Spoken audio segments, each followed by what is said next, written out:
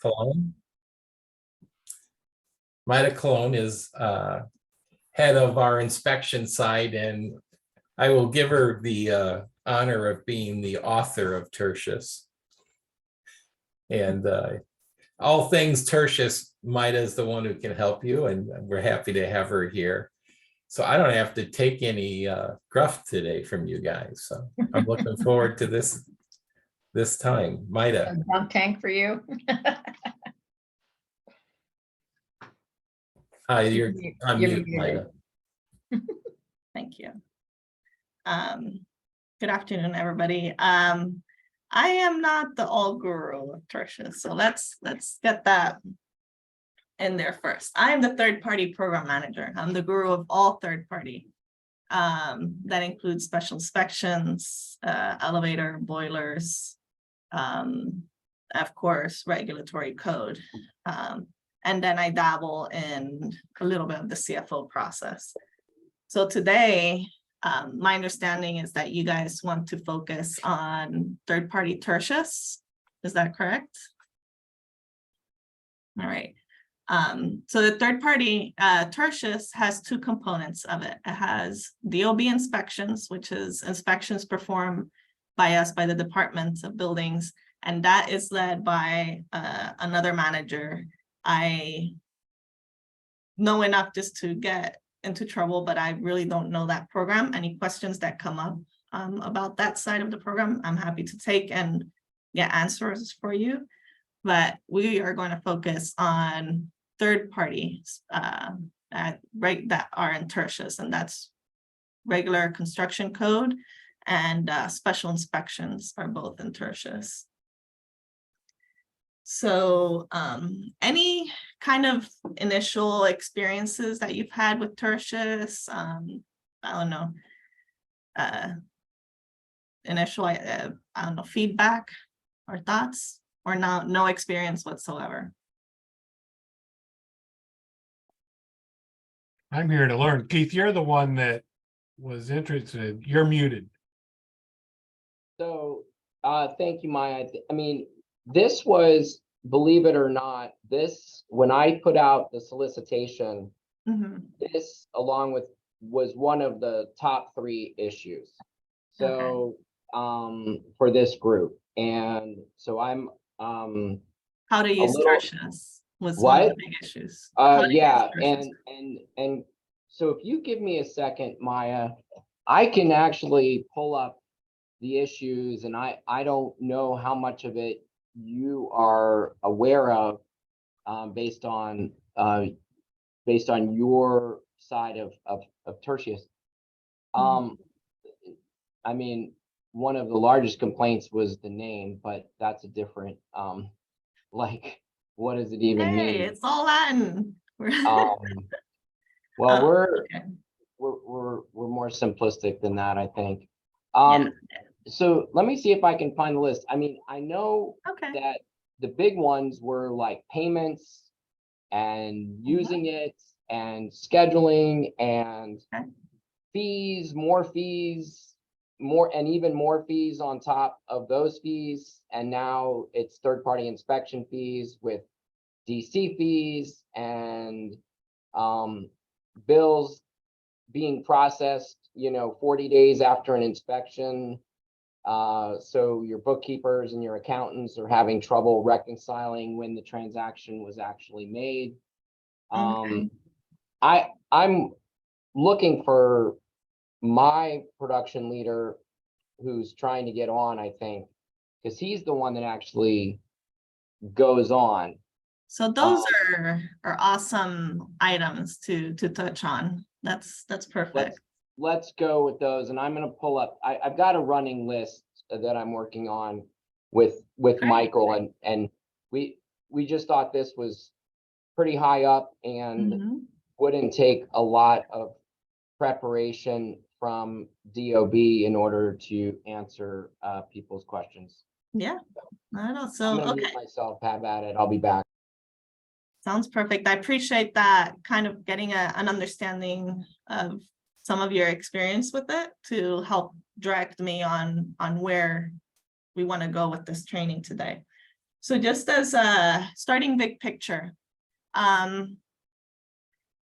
goal of the program, the third-party program, is to provide certification of third-party agencies that can perform, that we allow to perform inspections on our behalf here in the district. That is a program that we started, I don't know, years ago, way before my time, 2008, I believe. But that is, they're doing inspections on our behalf. So they are, instead of DOB performing the inspections, they are doing that.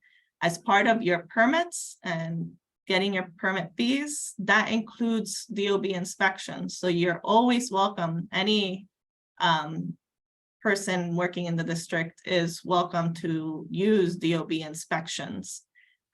Anytime you go with a third-party agency, that is additional fees to the third-party agency.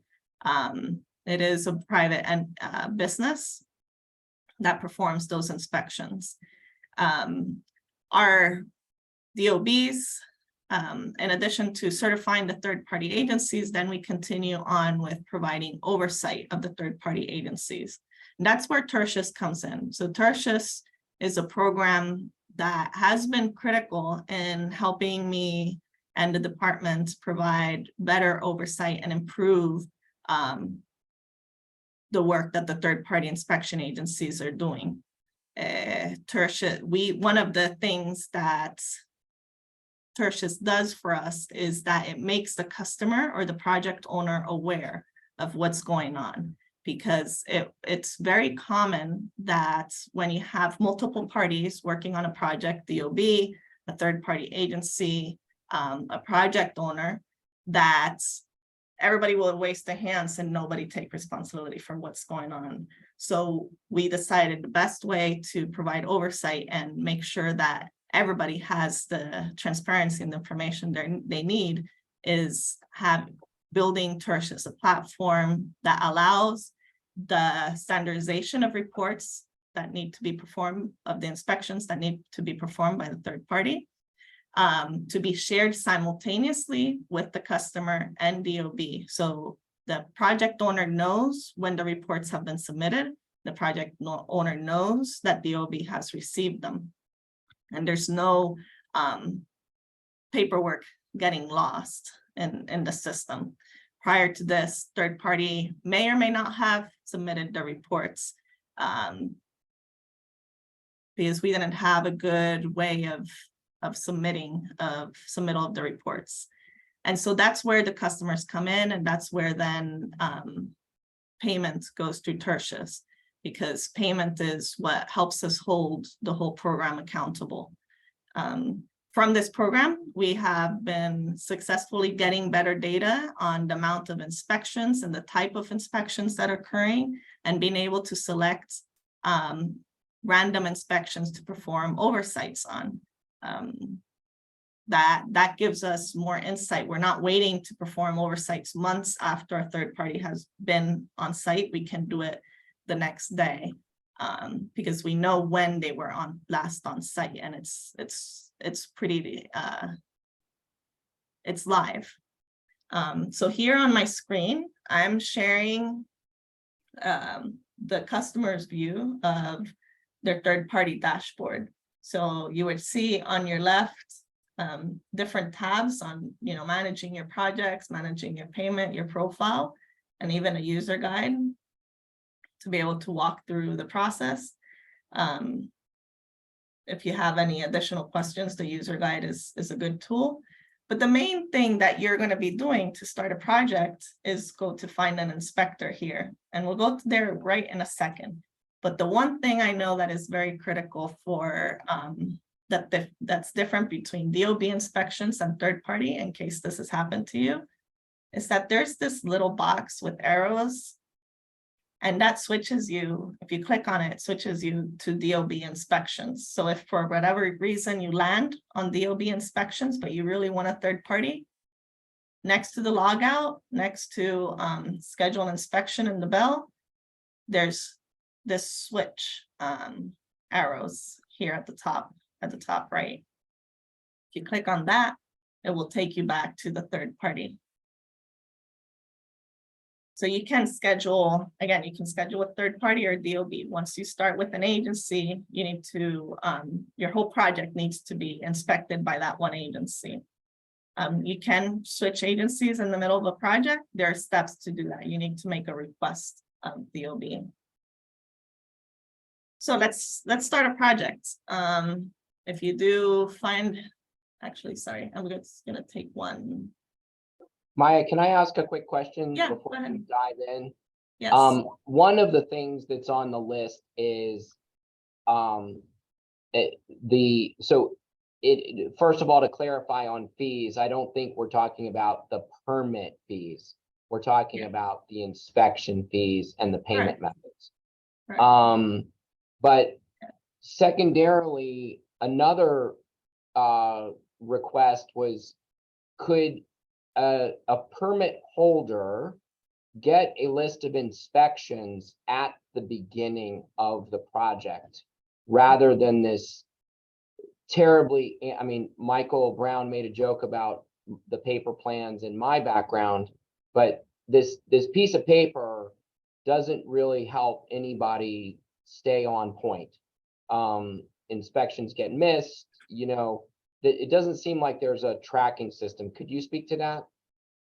Sure. So you're right in the sense that there is no upfront list of inspections necessarily that are required for your projects. Tertius does provide a list of inspections that are available for a permit, but your project may or may not need those inspections. And that's a hard item to produce. We've talked about it and we continue to talk about it. Well, I've talked about it with the other inspections manager, King Cooper, because we find that question asked often, and we want to provide better guidance to customers in BC. But ultimately, what we struggle with in defining is that each case, each project has a different set of required inspections.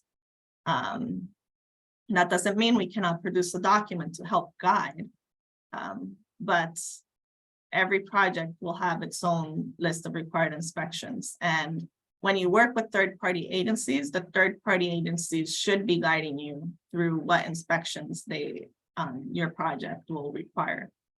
Can I raise my hand? Yeah, definitely. If we were to take some initiative and put on our cover sheet a list of inspections, would the reviewers review that and agree or disagree, or would that be a waste of my time? The reviewers don't have the In Montgomery County, the reviewers decide what inspections are required. When the mechanical is reviewed, they say a mechanical close-in is required and a mechanical final is required. in the district, we don't do that. Well, who is responsible for I saying think- this an inspection then? The code, each project scope is different, and because each project scope is different, you need to refer to the code as to what inspections are required for your projects. I think that's asking an awful lot of, so you, like, we're not, I mean, we're the builders.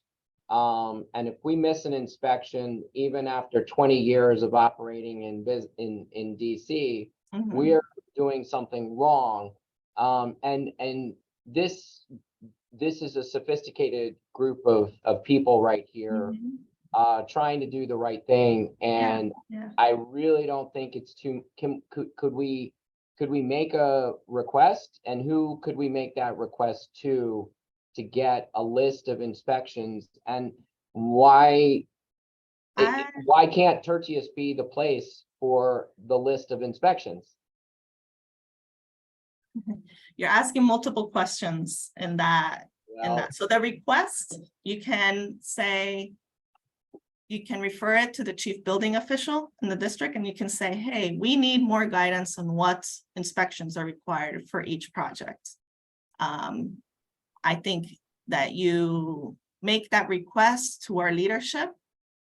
That's wonderful. I would It's a project that I have in mind. It would be awesome to do.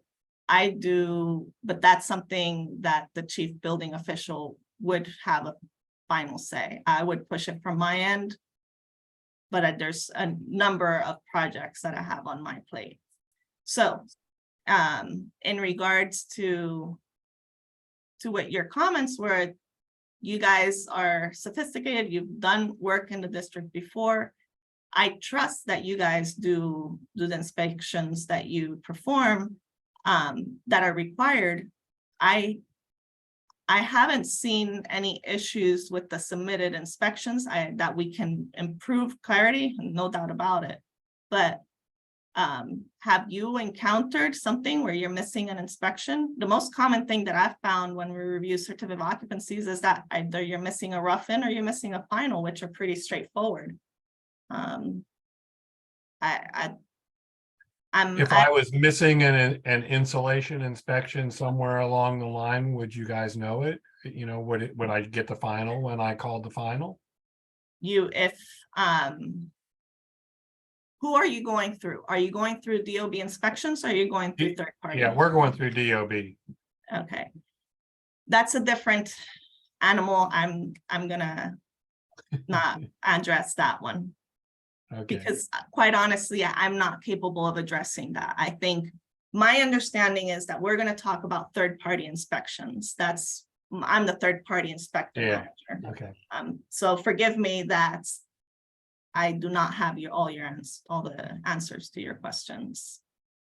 If you don't mind, I can jump in a little bit about your question on inspections. So when what we are developing, or what we have developed in the permit wizard for residential permitting, is at the end, there is a final report that says, here's the inspections that are anticipated to be necessary for this kind of a project. And we're continuing to refine that. A step that will occur that does link with Tertius is that as we continue to refine that information will be joined into Tertius with the project, so that when you pull it up at some later point in time, you'll pull up your project saying, you know, B2000 or B260001. Here's the project, and here are the anticipated expected inspections that you'll need. So we are trying to get there, Keith and David, but it is, I would guess we're probably 2 years, maybe 1.5 years to 2 years out on that.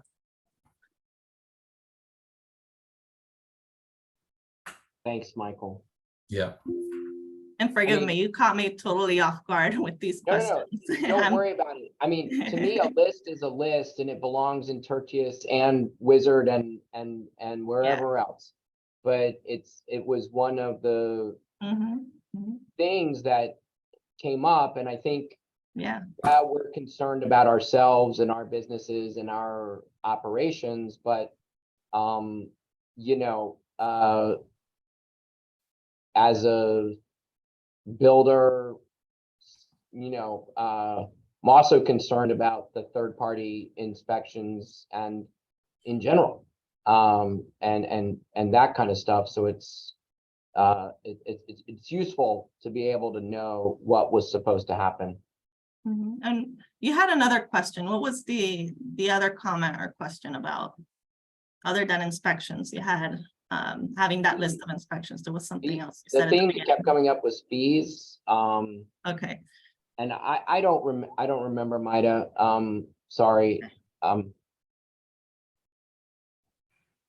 So let's address fees.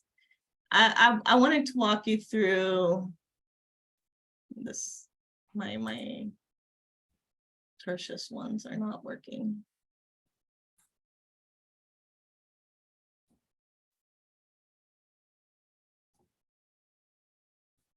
I went to walk you through a project, but I'm not being successful. Maida, while you're getting that pulled up, let me just quickly add the following. One of the good things about working with this group is there's always a lot of things that come up that are not part of where we thought we were going to be, but it gives us good intelligence on items to add to our work list. So for me, in terms of this request on inspections, it's helpful to be hearing from other folks that the work we want to accomplish with being able to list out what inspections are needed. And we can link it with Tertius, which is the long-term goal. I'm going to leave this meeting and go to that permit wizard meeting after this one and say, hey, guess what? We were just talking to a group of people and they're really supportive of the work we're doing here. So can we move it up the priority list some? So Exactly. we get a lot of good feedback here, and that's why I like working with this group. Yeah, I think it's awesome. Feedback is something, and particularly on the Tertius side, on the third party Tertius side, getting feedback from your perspective to me is critical, because I get a lot of feedback from the third party agencies. I mean, I work with them on a regular basis.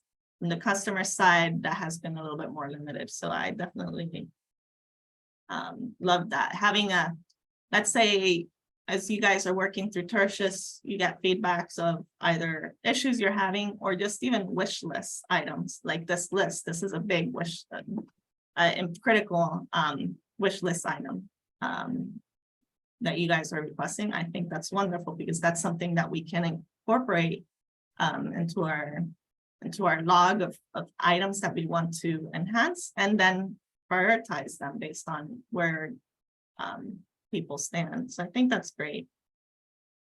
So I don't know if, as you were listening to Michael, you saw what I did. I went to find an inspector and looked for an address, and I wanted to get to a particular screen to show you to see where we are now in terms of that inspection list, but it's taking a minute.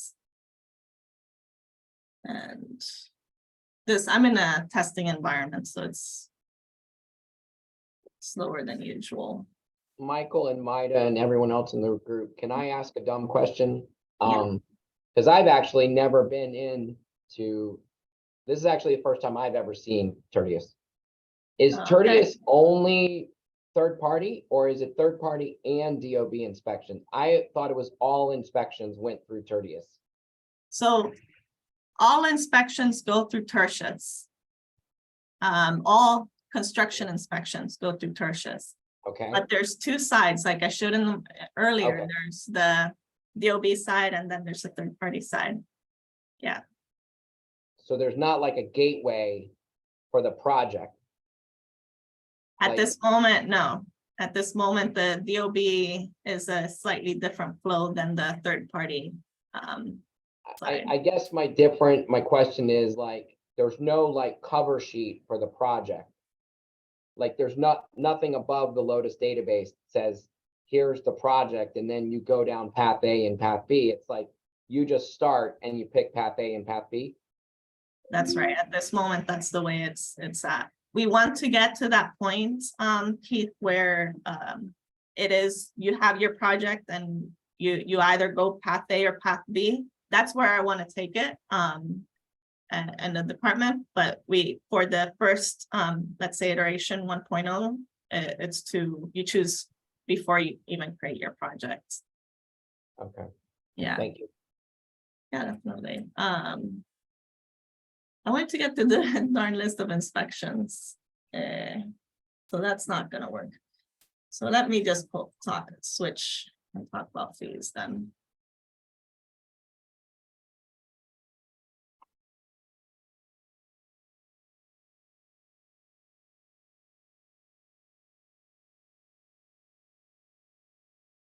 Okay, let's go back here, and I'll put this link in the chat. Do I know how to put in the chat? Yes, here it is. So this is the link to Tertius, and this will take you to either that path A or path B. So third-party inspections or DOB inspections. If you scroll down, you'll find those two paths, third-party, DOB. It's one login for both, but like I showed you earlier, you may need to switch from one to another. So you can access access it here, but one resource that I would like to share with you is if you scroll down and you go to resources, the user guides are here, but the frequently asked questions are here as well. And what I'm gonna address then is your question about the fees. So if you go with a third party, you need to pay for their fees, whatever it is. Every third party sets their own fee. Going forward, every project, starting in November of 2021, all projects for third parties have to go through Tertius. And payments to the third party then gets processed through Tertius as well. So you pay the third party, it's like a, the inspiration was like the Uber or other services where you hire and pay through the platform. So this is. So here, you're gonna see what question 5.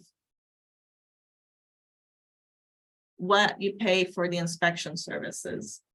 So on top of the third party inspection, paying for the third party. So let's say you hire me as the third party inspection agency. I'm going to perform an inspection and I'll charge you $200 for that inspection. Before November 2021, I don't know if it was 2020 or 2021, the council passed legislation that Tertius was coming on board and that a platform fee was gonna, of 10% was going to get implemented. So we implemented a platform fee back in November of 2021 of 10%. Now that changed in October. The legislation changed from 10% to 5%. So since October of last year, we now charge only the 5% per legislation, a platform fee. So when you are paying the $200, you're paying $210 to include that platform fee. And then depending, there's also the payment method fee. So if you're paying the credit card or if you're paying through a linked bank account like a e-check or an ACH, though you pay for the processing fees of the payment. Before in the 10%, all that was included. Once it changed to the 5%, you're also paying for the credit card and ACH fees, depending on which one you select. And that is described here. So ACH fee is cheaper. It's either 0.8% or $5. And that's all. You're not going to get any more fees on top of that. So you're paying the third party, the platform fee, and the payment method fee. That's all you should be paying through Tertius. Go ahead, Keith. So I'm going to ask a question for Eric Getz, who's not with us. He's owner and president at Blue Star. He says he cannot set up a payment method through his bank account. Tertius uses Plaid payment system to link banks and it's not working. Long story short, Citibank says there's no restrictions to connect, but there is no direct connection. And so he has to use a credit card because he's been unable to connect Citibank through your payment system. Plaid. Sure, yeah. So Plaid is the connection, the connecting system. There's certain bank accounts. I don't see, is his bank account a corporate account? You know, that would be a question to him, right? I'm sure that it is. It's, you know, these are medium businesses, small, medium businesses. They're not. They might have a business account. So we all have, I know we would be paying through a business account. Okay, so you're right now Plaid Tertius through Plaid accepts personal accounts and business accounts. It does not accept corporate accounts. That's something we've been receiving feedback from customers, and I'm trying to push that through because there's some large companies, developers or whatnot that are nationwide, and they have what they have as corporate accounts. I What's don't the know if that difference deals between a with business? What's the difference between a business and a corporate account? Great question, Dave. That is a good question. I don't know. It has to do with the banking. One of them works and one of them doesn't. But from what I've heard, yeah, in terms of feedback, one of them does and one of them doesn't. Unfortunately, I don't know what's the difference between the two. I have the other issue that I've received feedback on, other than the corporate account not being accepted, is that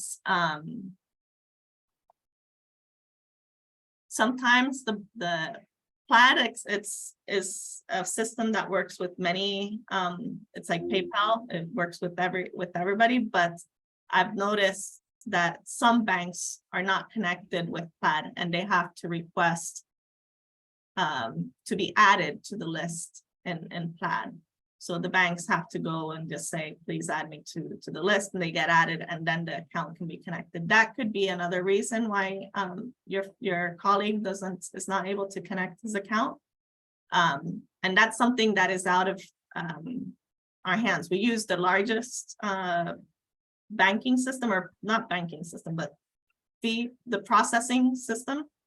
And even that one is not all encompassing. So those are two potential issues that I've seen up to now.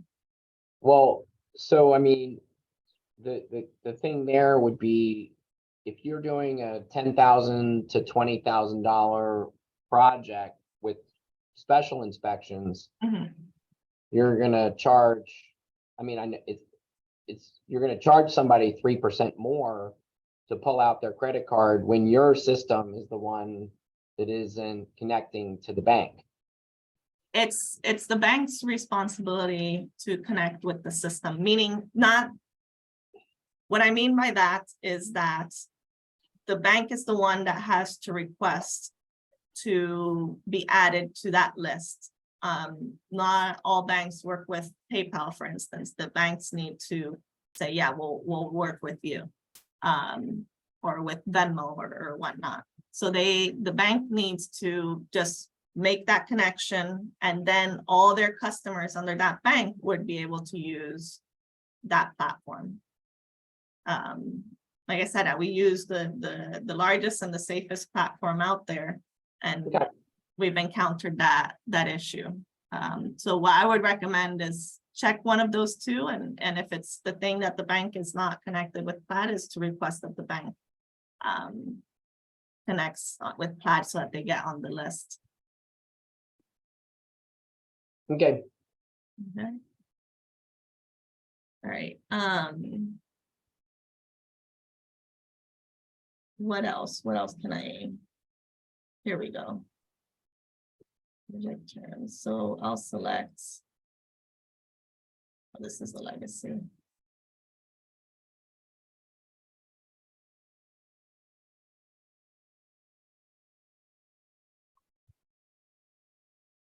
I'll do it from my building.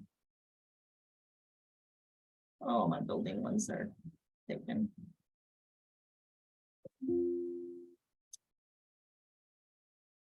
All right, so here, once you select a permit, Tertius does have the inspections related to that permit. Whether you pull a building permit or you say you want to have this building permit inspected, these are the potential inspections. Now, that doesn't mean that all these inspections are required for your project, which is what you're asking for, is project-specific inspection list. But here are all the potential inspections for your project. And then once you request a proposal from the third party will also say how many inspections can be expected based on that scope of work that you're doing. So this, by selecting your permits that you need to get inspected and proceeding to the next step, you can then you're filling up information for your project that will help the third party better understand the scope of your project and provide their fees for their project and provide the inspections that the project would need. That's where I was trying to get to earlier on the list. That's the closest we have to a list at this time in Tertius.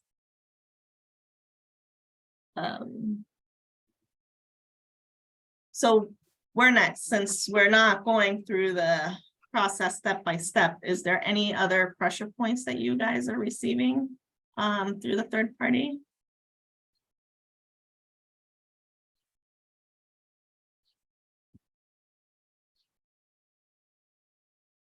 I don't use third party, so this is all very new to me. Okay, I'm gonna keep calling DOB. all right.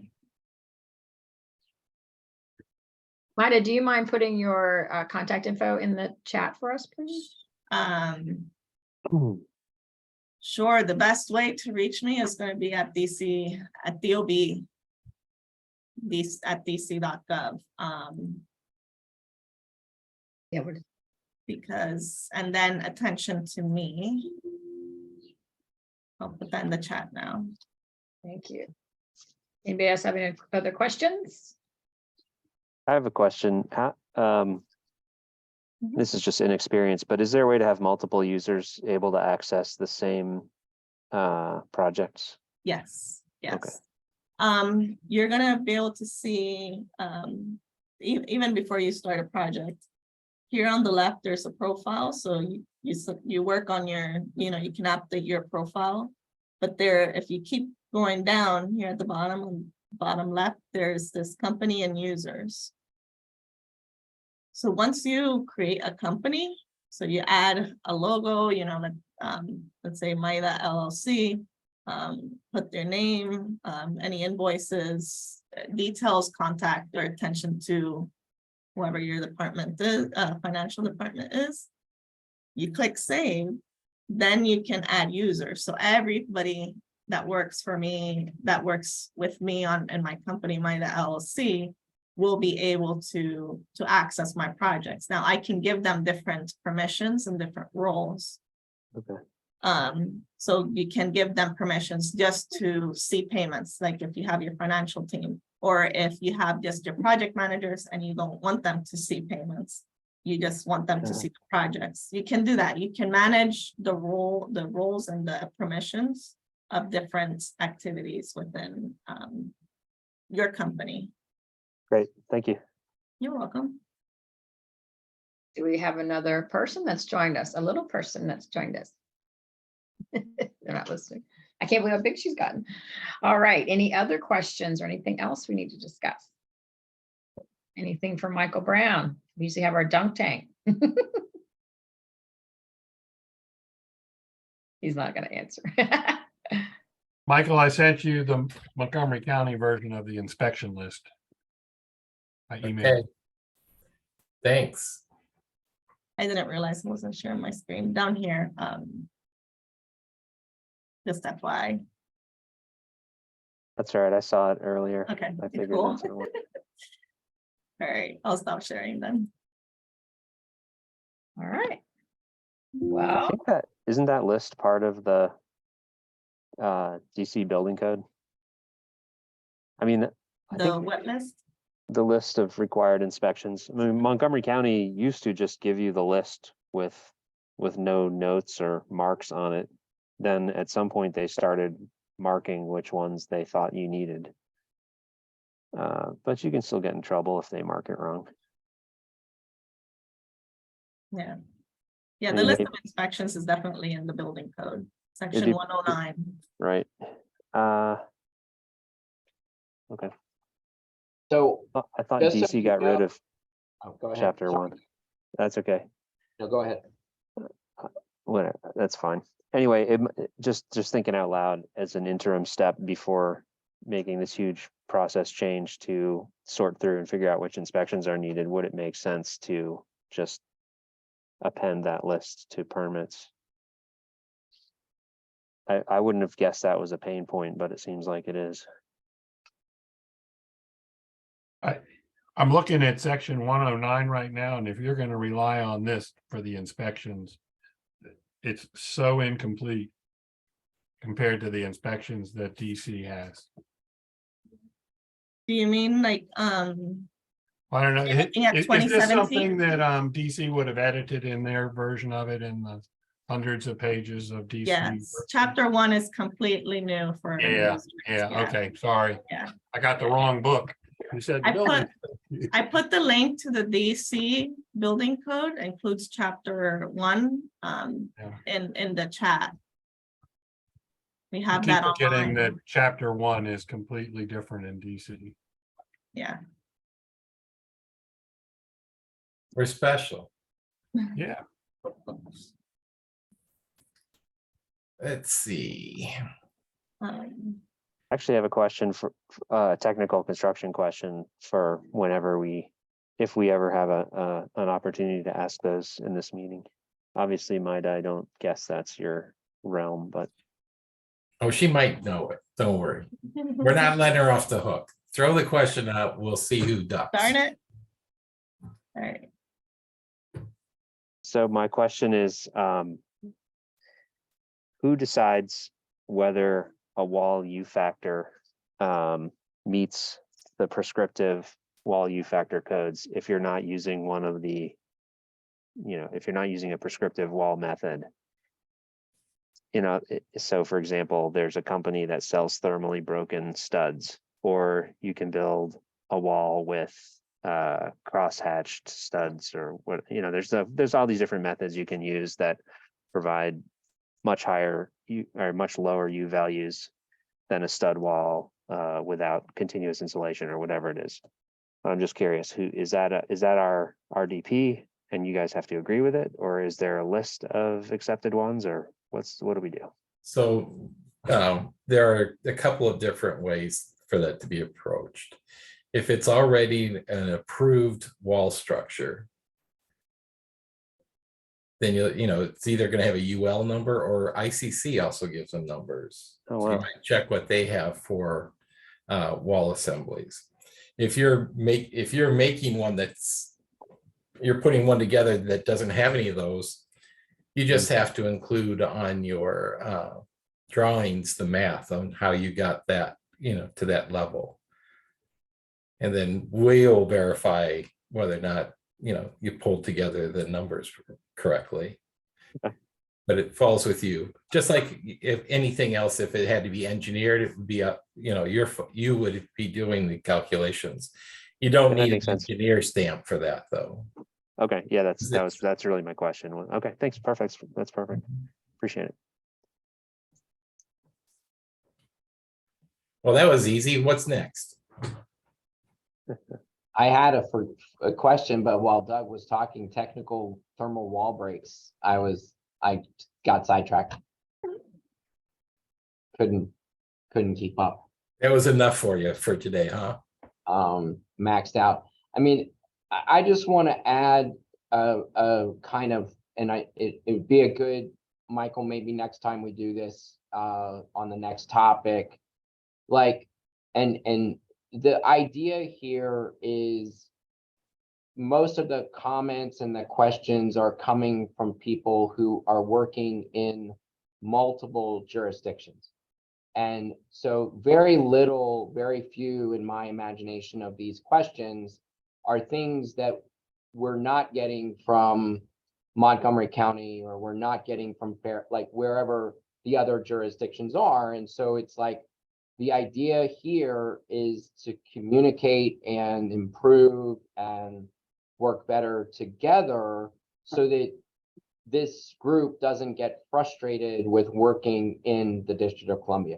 And so they continue to get permits and inspections and meet code and do it correctly. So some of the questions, Maida, we have never spoken, like some of the questions may seem pointed, but they're really just like, hey, how do we collaborate? So, because there are frustrations, as you might imagine, from the consumer, and really for this effort and endeavor, there are two consumers. You have a group of businesses, which is what we are, but you also, our consumers, clients are the ultimate consumers. Right. And so you don't want them frustrated either. And so it's really, it isn't, I just wanted to say it isn't, I guess, it isn't meant to be pointed and confrontational. We are, the whole effort is designed to collaborate, and that may have gotten lost in the first minute of the meeting, that the idea is to work together to make 10 things better, 5 things better, so that it just makes it easier. Anyway, and also so that people do permits and inspections to code, please. That's my singular pet peeve in the District of Columbia. And so everybody on this group knows that other than you. I appreciate that. And I do appreciate the feedback, believe it or not.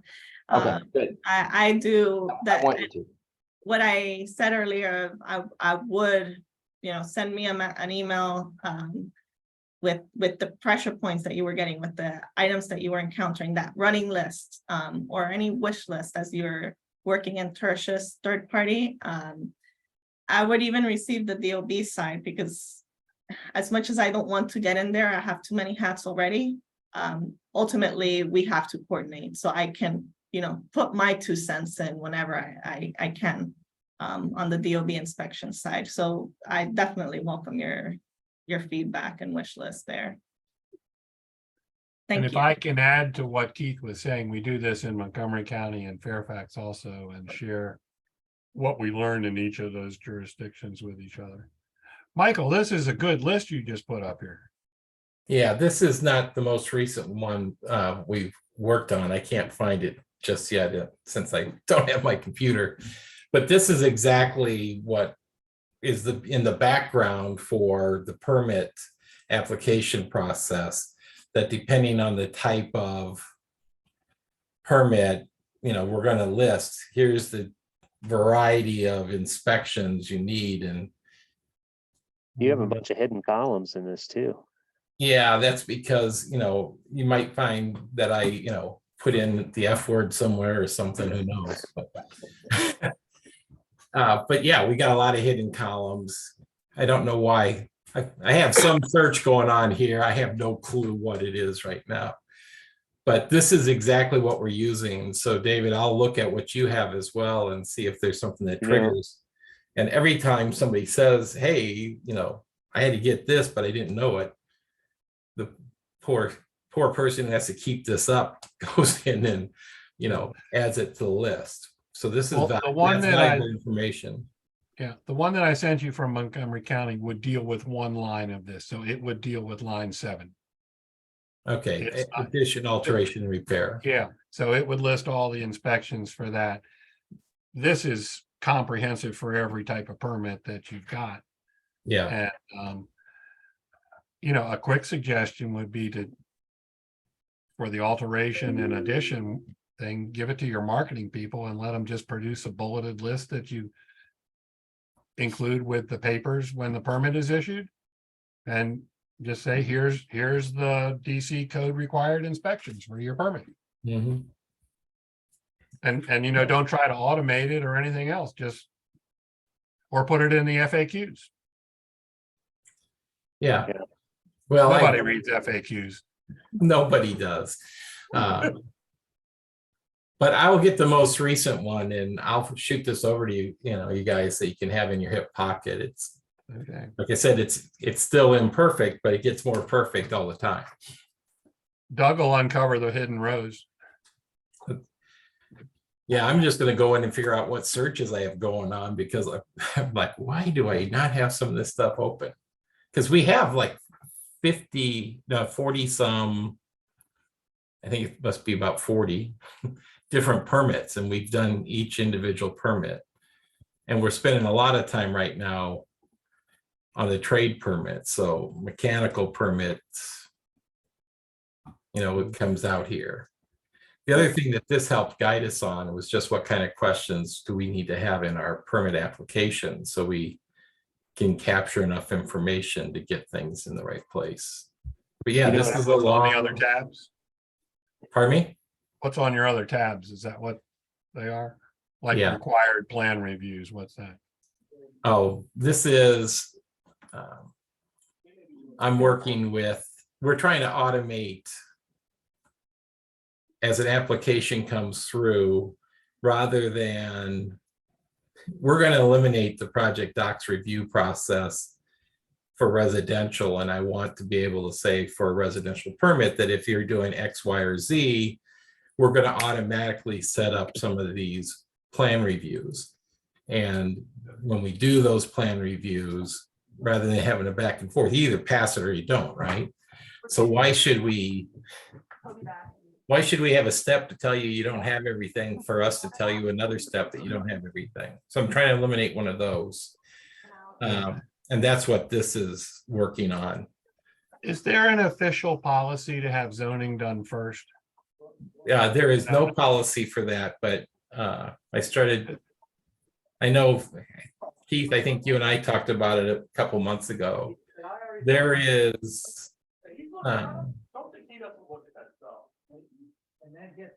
a lot of interest in us going to that method, that until it passes zoning on residential especially, we're not going to take any plan review. Can I just share with you that we just went through a 2-month or so plan review process, and zoning reviewed it at the end and said the tax numbers were wrong and we had to do all that tax number stuff. And if they had done it in the beginning, we could have had all of that done and finished. Well, and the other part of it is, so our next time we meet is July, August, is it September? Or October, whenever it is. We set 2 dates. It's about 2 or 3 months. Yeah. And- September. Okay, and the director is going to do that one. I'm hoping to talk about at that same meeting.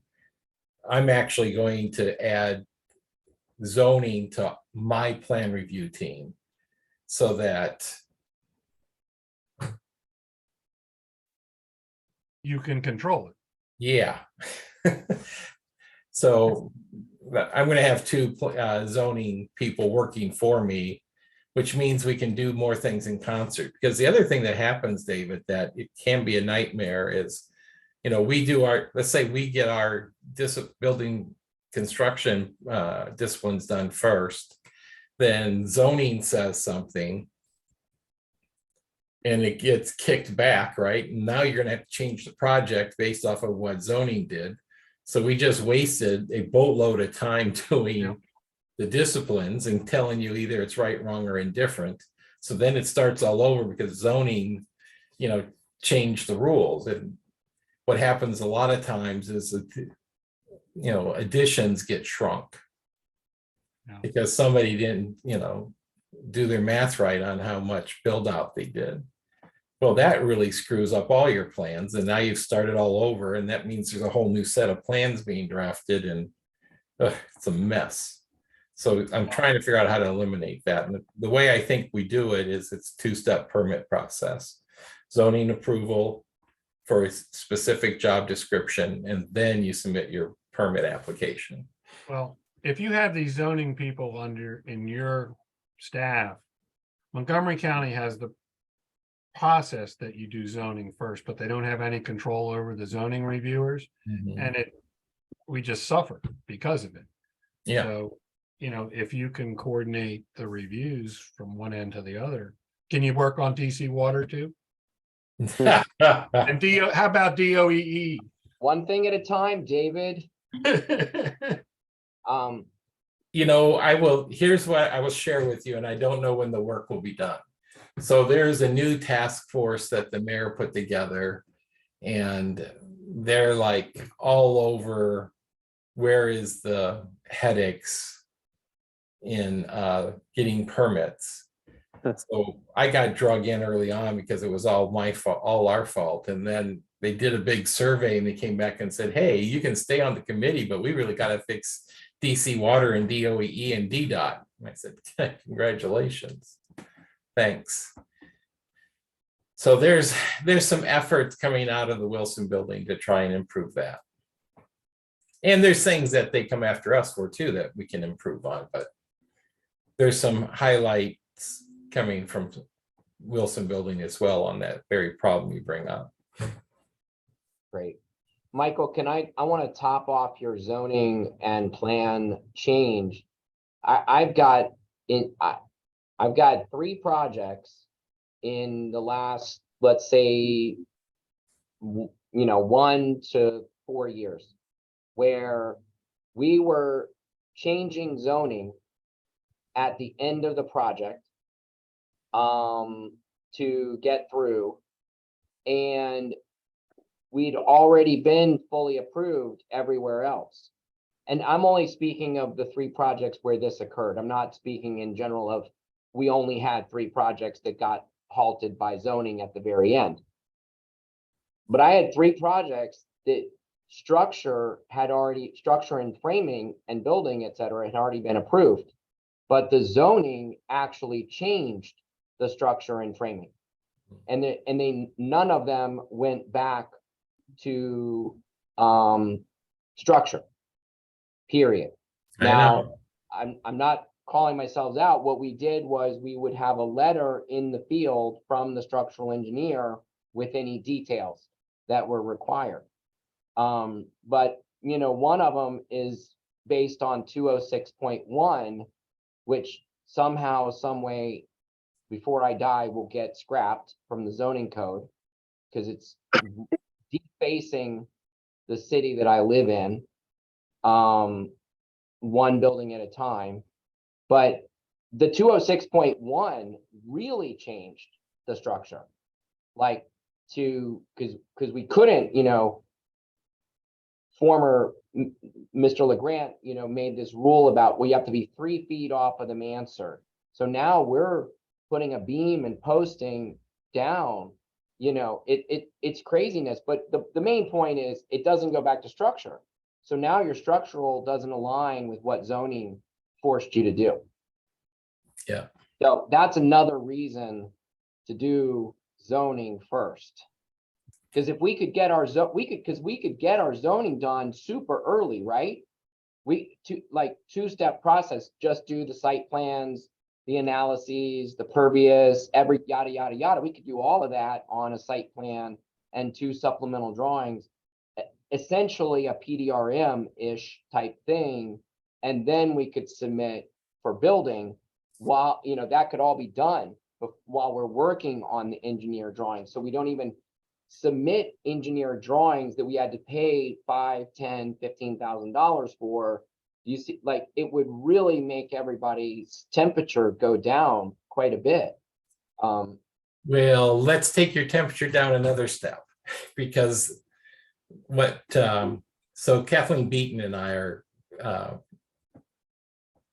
have brainstormed out how we want it. What we want to have happen for zoning is that there's a series of conditions that all you need to be doing is you fill out a form, you're self-certifying.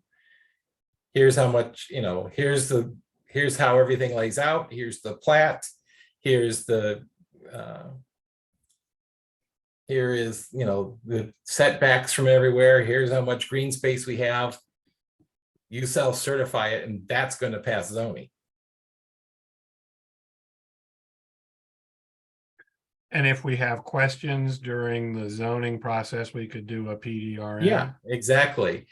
Now, well, how are you gonna, sorry, and I realize we're off topic, but I think in the last couple of weeks, I sent you a couple of addresses that are, they're 2 new houses that are built where the plats and plots and setbacks don't line up, or however you want to describe it. I'm trying to be as nice as I can. I know your projects. But it's not my project, but how are you going to reconcile that self-certification with the people that are already doing stuff?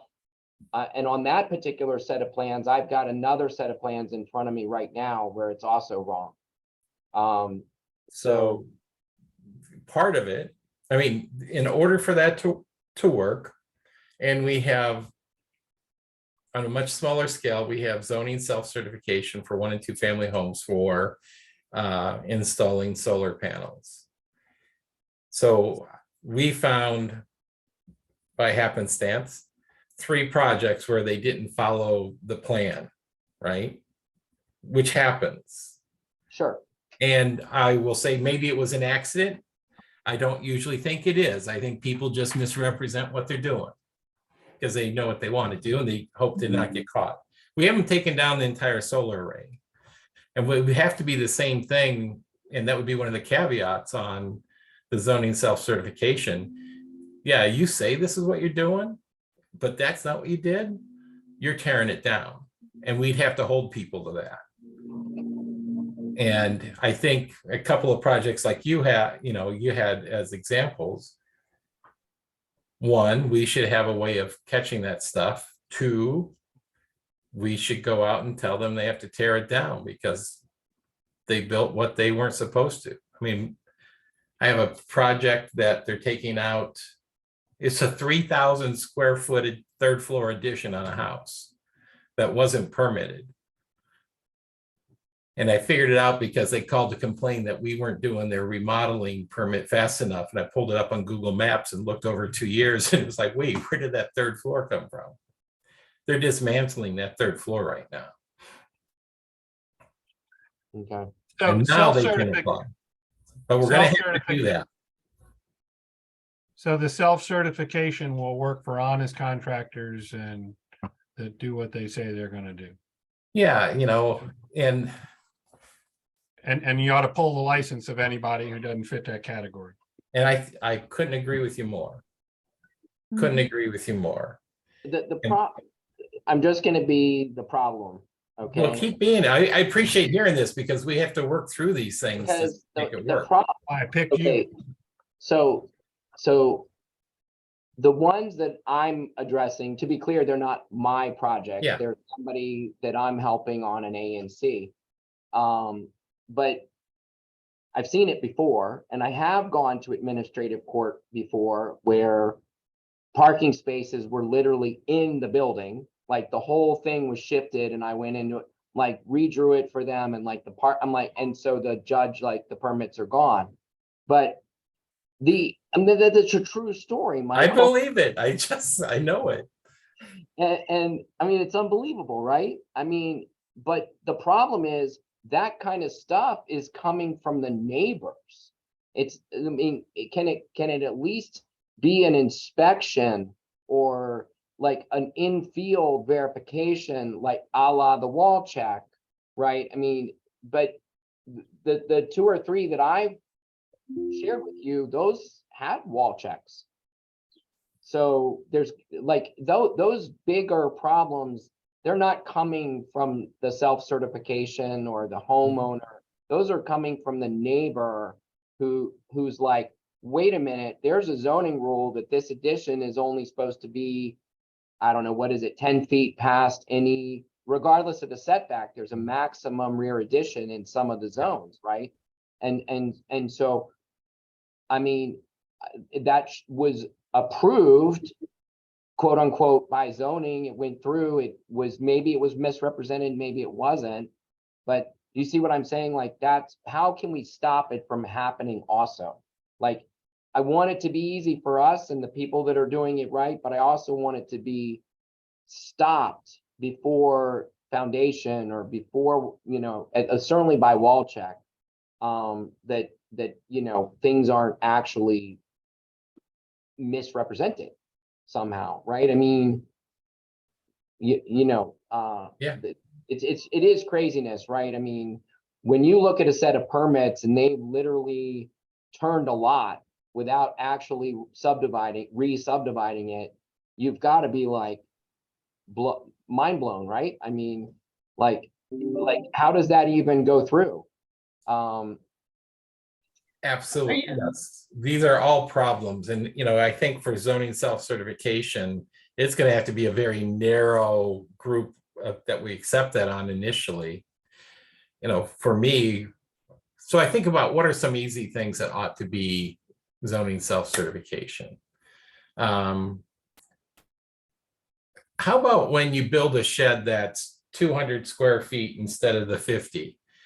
Do you really need to go through zoning about putting that shed out there? You should be able to say, here's the plat, here's the house design, here's where we're sitting it. We're fine with, the space. That's just nuts. How many additions have you all done that is probably 10 feet, maybe 15? Do we really need to take a lot of time with zoning for that? That's pure math.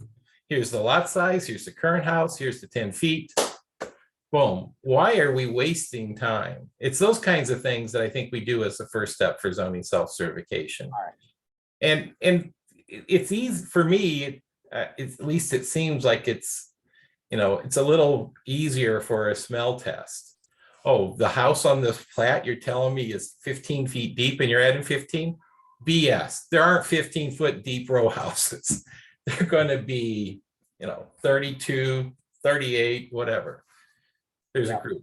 So if we have to apply smell tests, and then we have to do a better job on stuff. I mean, a project that just sent, I'm embarrassed to say, got past zoning and everybody else. Somebody did an addition to a property that was able to go to the back. They showed it was a multifamily project. They showed the parking spaces.